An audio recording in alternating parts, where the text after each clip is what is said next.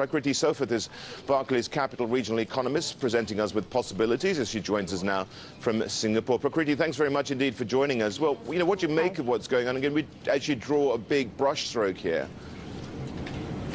Well, I think what we're seeing right now is quite a mix. I mean, clearly, when you see domestic economies across Asia, growth has been very robust. As you pointed out, clearly, Thai economy growth was 9%, much above expectations. Tomorrow, we have Philippines GDP, where also I think the risks are biased for an upside surprise from consensus.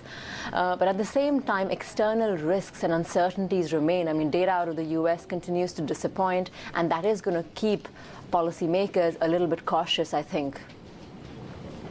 We saw those home sales numbers out of the US, and you know, what did they tell us? I mean, did they say that almost now it's guaranteed that we're going to have another recession there? And if that is your thinking, what does it mean for this part of the world? Well, our base case scenario is that there's not going to be a double dip, but clearly economic growth in the US in the second half is going to be fairly lackluster.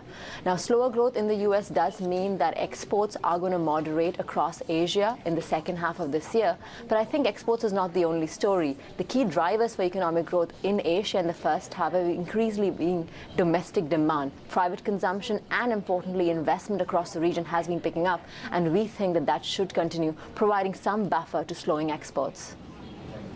There is one thing, though. What about the inflationary environment? Do you see any dangers presented from that?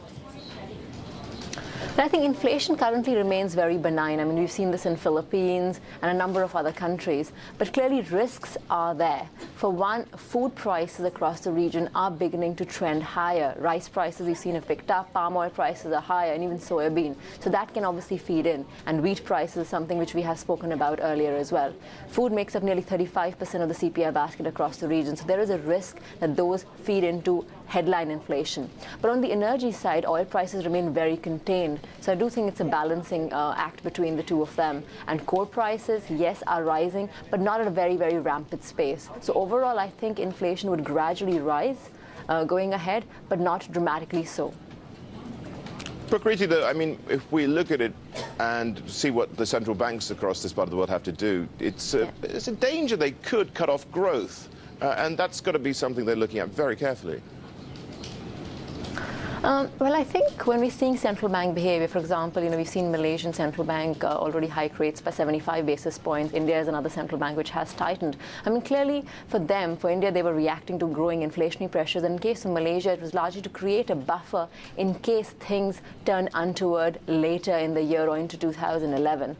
I think for central banks, it's clearly a policy of balancing external risks and at the same time keeping an eye on domestic demand momentum and trying to see whether that's really going to stoke inflationary pressures or not. Right now, I do not think that whatever tightening we've seen across Asia, which has been in fact in baby steps and much lower than what we've seen in previous cycles, I do not believe it is going to choke growth in the region. Very quickly, do we get higher costs of borrowing out of the Thai central bank today? Yes, we are looking for a 25 basis point from the BOT to take rates at 1.75 later today. I mean, this they indicated clearly in their last policy statement. Growth has been very robust in the country as well, despite the political turmoil in the second quarter. Prakriti, thanks a lot for that. Prakriti Sofat joining us there from Singapore.